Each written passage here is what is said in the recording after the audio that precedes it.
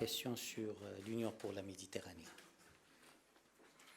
4 éléments de réponse. Le premier, c'est que, vous l'avez évoqué, le Maroc et la France ont joué un rôle important dans ce projet.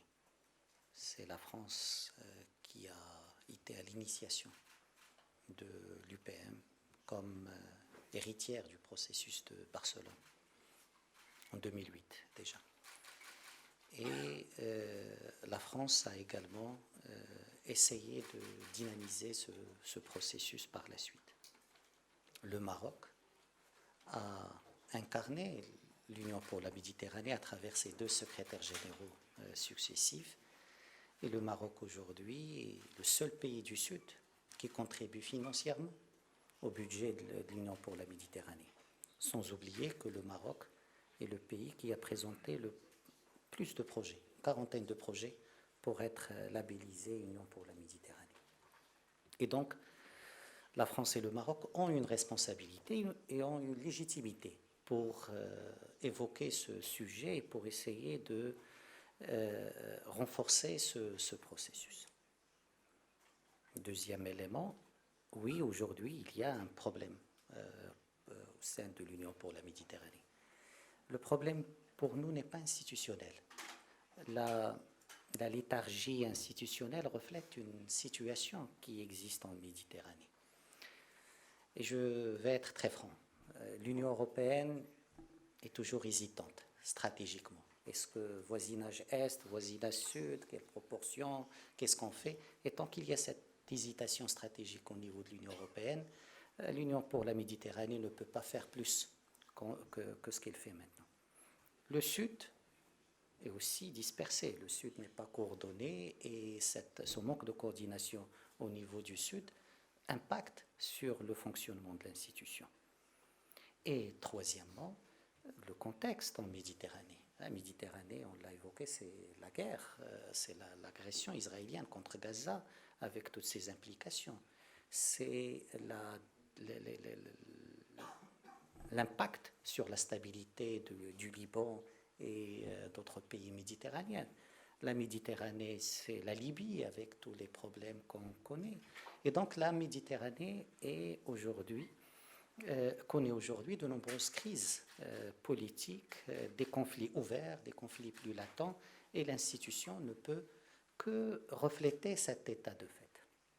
Troisième élément, ce qui nous inquiète le plus, c'est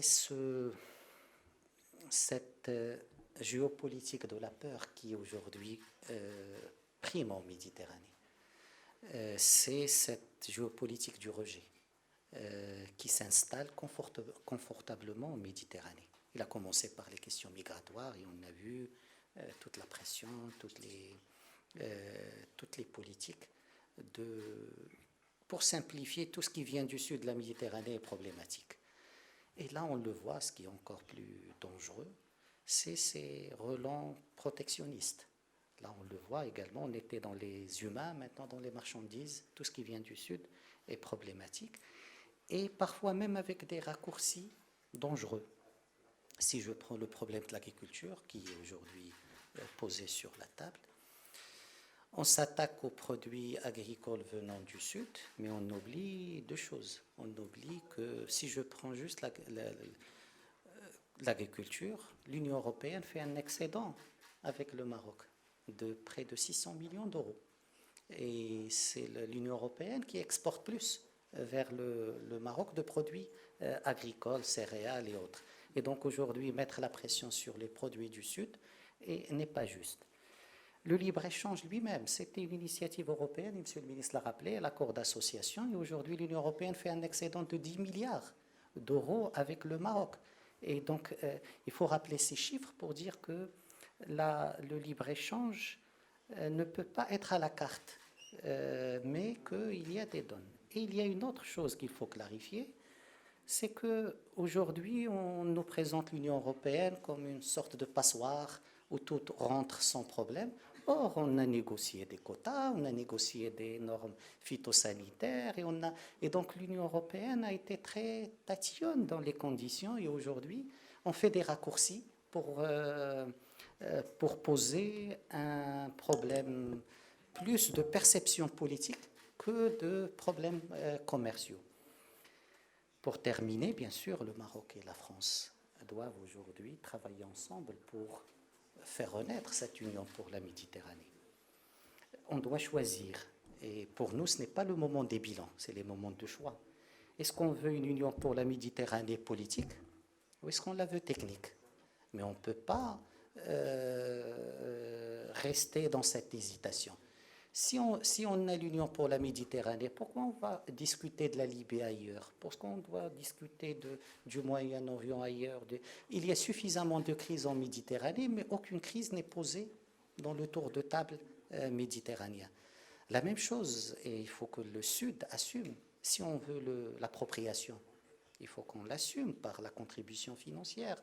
Il faut qu'on sorte de cette mainmise de la Commission européenne sur le travail de l'Union pour la Méditerranée. Il faut que les gouvernements aient le leadership et le pilotage du processus de l'Union pour la Méditerranée.